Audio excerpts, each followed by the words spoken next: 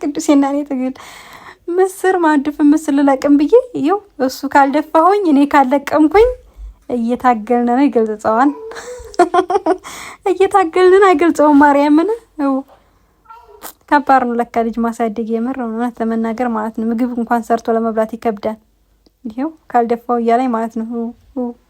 እኔ ደግሞ አትደፋትም ምን እየለቀምኩኝ በቃ ብቻ ውሏችንን እስኪ ላሳያችሁ ዛሬ ማለት ነው።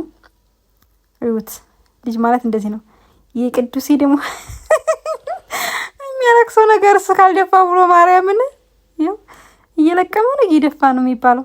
እውት እስኪ ምን ይመስላችኋል? አሁን ለካ ከባድ ነው ወይ እናትነት የእውነት ማለት ነው ከባድ ነው። መቤቴን አትቆጡት፣ አትመቱት፣ ነፍስ አላወቀ ስከታክሉት ደግሞ እዩት በእጁ ሙሉ ይዞ ማለት ነው ይደፋ ማለት ነው። በተወደደ ምስር ታውቃላችሁ፣ ምስር እንዴት እንድትወደደ እያወቃችሁ ባባ ደግሞ ማለት ነው ካልደፋሁኝ ብቻ ከባድ ነው። ወይ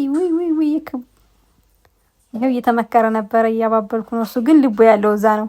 ምክንያቱም ደፍቶ ትሪው ባዶ ማድረግ ነው የሚፈልገው። ምክንያቱም ሁሉም ነገር የሆነ ነገር ስሰጠው እንደዚህ ሁሉ ጊዜ ስሰራ ይደፋና ባዶ ማድረግ ነው የሚፈልገው እሱ።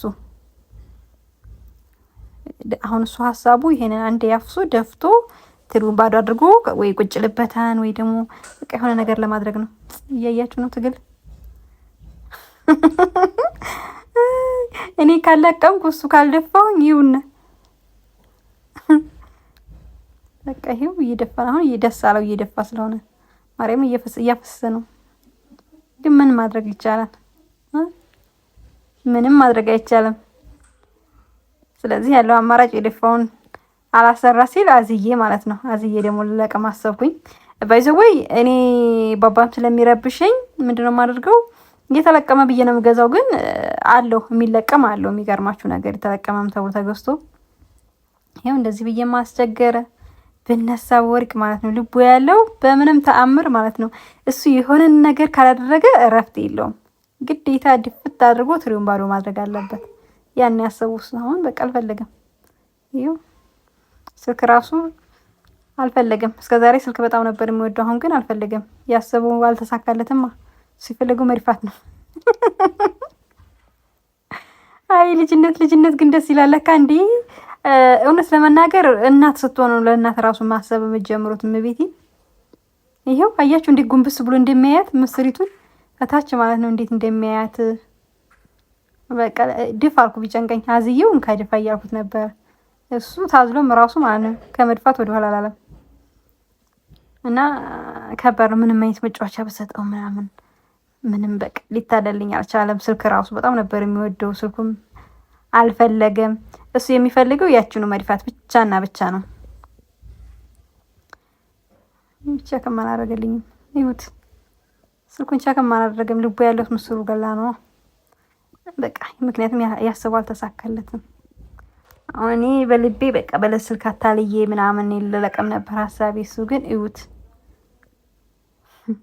እየተደፋ አገኘ ትንሽ ብሬዎች ሲል እኔ እኮ የሚገርመኝ የልጅ ነገር መቤቴ ይኸው 1 2 3 የደፋቸው ስላገኘ ማለት ነው። ይኸው እነዛን ለማንሳት እየሞከረ ነው። አይ ልጅ በቃ እኔ እንጃ ማርያም ልጅነት ደስ ይላል። ይኸው አላየውማ። ይኸው ተከፍቶለት ነበር ግን መስሚያ የለውም።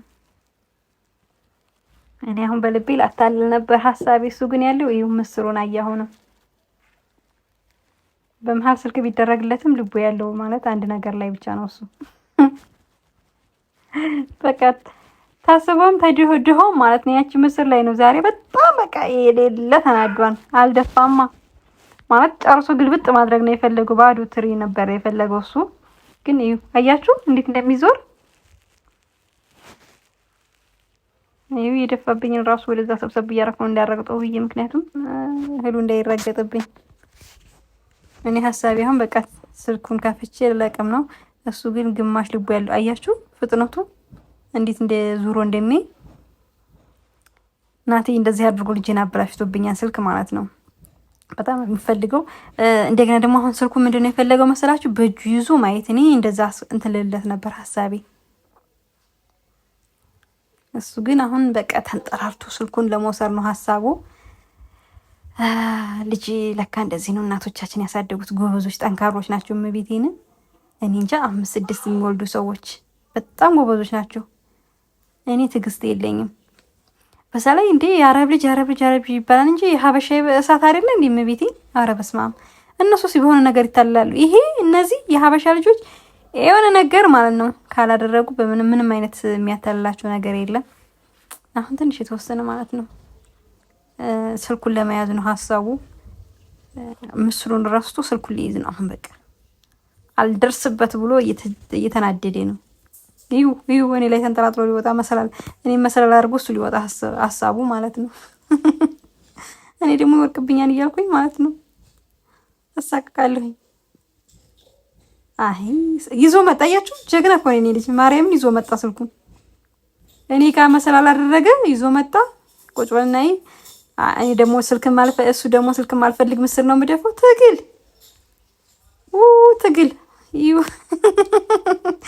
ከስልኩና ከእንትኑ ምርጫው ሰጠው። ምስሩ ነው የታየው። ስልኩን ትቶ ምስሩ ጋር ነው ትግያው። በፈጣሪ ስም እናንተስ ልጅ የምታሳድጉ ሰዎች እስኪ እናት የሆናችሁ ማለት ነው ማለት እንደ እኔ ገና ማለት ልጆቻችሁ ያደጉት እንኳ ያው ወይ ተረሱታላችሁ። ለነገሩ አይረሳም። ግን እንደዚህ እንደ እኔ ገና ከ6 ወር እስከ 9 ወር በቃ ከ1 ዓመት በታች ሆነ ወይም ደግሞ እስከ 1 ዓመት የሆኑ ልጆች እንዴት ነው የምታሳድጉት? ይኸው የፈሰሰውን አግኝቶ ማለት ነው በእጁ አገኘ። ከዛ ለቀሜ ደግሞ ሰብሰብ አድርጌ የሰጠሁት እኔ ቢጨንቀኝ ሀሳቤ በቃ እሱን እያታለልኩ ልለቅም ነው እኔ። ምክንያቱም ለምሳ ለመስራት ፈልጌ የነበረ ድፍን ምስር። አይ ቅዱስ ተመስገን አሁን ወደ ስልኩ ልቡ ሂዶልኛል።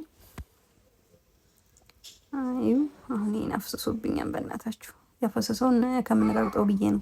ወይ ደግሞ እሱ አንስቶ አፍ ውስጥ ሊያደርገው ስለሚችል ከባድ ነው። ለዛ ነው ካገኘው አጅሬ ወደ አፉ ነው የሚያደርገው።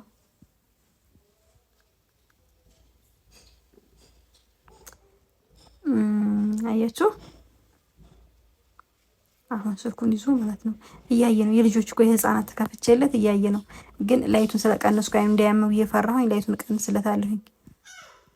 እንዴት የሚገርማችሁ ማርያም ማለት ነው በእጁ ይዞ እንደዚህ ተደግፎለት ምናምን ከሚል በእጁ ቢይዘው ደስ ይለዋል። ግን እንደዛም ብሎ ተንኮሉን ይሁት እግሩን ማን ላይ እንደሰቀለ እናቱ ላይ ሙልቅቅ ያለ ሞልቃቃ ነው የኔ ልጅ። ሲፈልግ ይረግጠኛል፣ ሲፈልግ እግሩን ይሰቅላል። የሌሊቱ አላንስ ብሎ ማለት ነው። ሌሊትም እንደዚሁ ማለት ነው ሲሽከረከር ነው የሚያድረው ዙሮ ማለት ነው። እግሩን ጭንቅላቴ ላይ ነው የሚያሳድረው። ማርያምን እንዴት ነው ህፃን ልጅ ግን ደስ ይላል። እንደዛም ብሎ ግን አልናደድበትም። እናትነት ለካ ከባድ ነው። ማርያምን እንደዛ እያስቸገረኝ ራሱ አልናደድበትም። እዩ አሁን እንዴት እንደሚሰራው እያያችሁ ነው። እግሩን ምን ላይ እንዳደረገ ስልኩን እያየ እነሱ እንደሚያብሉት እሱ ምን ላይ እያበደ ነው። አይ ቅዱሴ የኔ አባት ደበረው ስልኩ። በዛው ዝም ብሎ ስልክ አይደለም ማርያም እንትን ብሏል አለው ተከፍቶለታል፣ ግን አይታይም። እዚህ ጋር የህፃናቶቹን ከፍቼለታለሁኝ። እሱ ግን ምንድነው እያደረገ ያለው? ሲፈልግ ይዘጋዘጋታን፣ ሲፈልግ በቃ እንደተመቸው አድርጎ ድምጹን ነው እየሰማ የነበረው። ግን እኔ በጣም እፈራለሁ። ስልክ ብዙም ባይለምድብልኝ ደስ ይለኝ ነበር። ግን ሳልፈልግ ማናቴ እያስለው በቃ ማታለያ እያደረገ አስለመደው። በቃ እንትን አልና ቲቪ ደግሞ ለከፍትለት አሰብኩ። ቲቪ በጣም ነው የሚወደው። ቃና ለምዷል። አንዳንድ ጊዜ ማለት ነው ስትስቃችሁ የሆነ በቃ መፍትሄ ትፈልጋላችሁ። አያችሁ ቃና በጣም ይወዳል ባባ። አሁንም በቃና ላታላስቤ ነበር እኔ። እስኪ እንግዲህ ከታለለልኝ ደስ ይለኛል።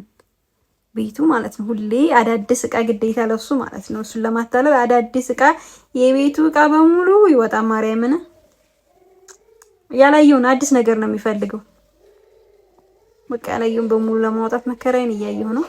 ከዛ በቃ እንደዚህ አድርጌ እቃዎችን ሰብስቤ ቀጥታውን ምግብ ምናምን ለመስራት እያሰብኩ ነው። ለሱ ሩወታል ልጅ መብላት አይበላልኝም። ባይበላም ቢበላም ማለት ነው መታገል ነው ያለው አማራጭ። መጀመሪያ ያው ቤቴን ማስተካከል አለብኝ። ድንገት እንግዲህ ቢመጣ ምናምን ቤቱን ያስተካክልና እታች ያዝረከረኩትን ማስተካከል አለብኝ። ለባባ የሰጠሁትን እቃ መጫወቻ ምናምን እሱን ሰባስቤ የሆነ ደበቅበቅ አድርገውና አዲስ እቃ እስኪገኝ ማለት ነው። ያለው አማራጭ እንደዛ ነው።